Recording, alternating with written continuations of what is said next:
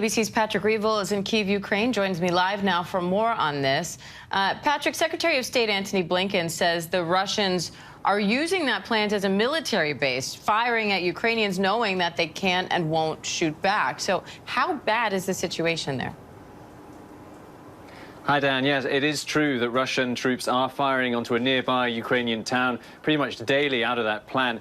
And it's absolutely true that Russia has turned that plant essentially into a military base. I mean, Ukraine has accused them of storing tanks of weapons and explosives inside the plant itself. And so there's no doubt that the situation there is not good. I mean, basically, the risk of accidents is growing. And that's also not only because of this risk that fighting could somehow strike the plant, but also because the Ukrainian staff who have been there are under extreme pressure. You know, they're sometimes being forced to work very long shifts. We've heard reports that they're being interrogated by the Russians. There's obviously a great deal of tension within the plant, and that's why the International Atomic Agency are making this warning, you know, they're sounding the alarm so loudly right now, because essentially this plant is not being run in what would be considered a safe way, and the fear is that this just means that an accident is more and more likely.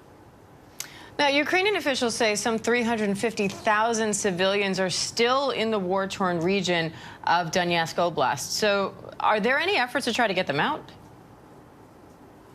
Yes, I mean, every day there are evacuation trains leaving from the east with hundreds of people on board. I mean, last week, the Ukrainian government announced a mandatory evacuation for the Donbass region. What that actually means in practice is that people basically have to sign a waiver if they want to stay there. But that doesn't mean that people are being forced to leave or people being dragged out of their homes or anything like that. What it really means, though, is just that the Ukrainian government is really urging people more and more to leave that region, in part because they fear that as the winter comes on, it's going to become extremely cold there, and there's no way of heating that region now because of the level of damage to infrastructure. And so more and more they're asking people to get out of that region as fighting is raging there.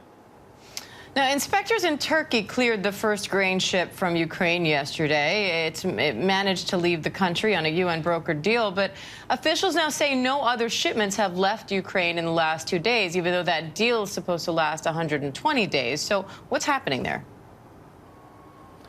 Yeah, so that first ship really was a trial run to make sure, to test that these ships can reach Turkey and then go on to their destinations without being disrupted by Russia, without any kind of attempt to prevent them from getting there. It did go smoothly, so now in theory the next ship should be able to start leaving from Odessa. We know that there's about 16 ships in Odessa and several more in other ports down there. I mean, as far as we understand it, it's still believed and hoped that the first ships will begin moving, likely as early as this week. But, you know, until they go, again, we really can't be certain how well this deal is going to function. All right, Patrick Reevell, stay safe, Patrick. We appreciate it. Hi, everyone. George Stephanopoulos here. Thanks for checking out the ABC News YouTube channel. If you'd like to get more videos, show highlights, and watch live event coverage, click on the right over here to subscribe to our channel. And don't forget to download the ABC News app for breaking news alerts. Thanks for watching.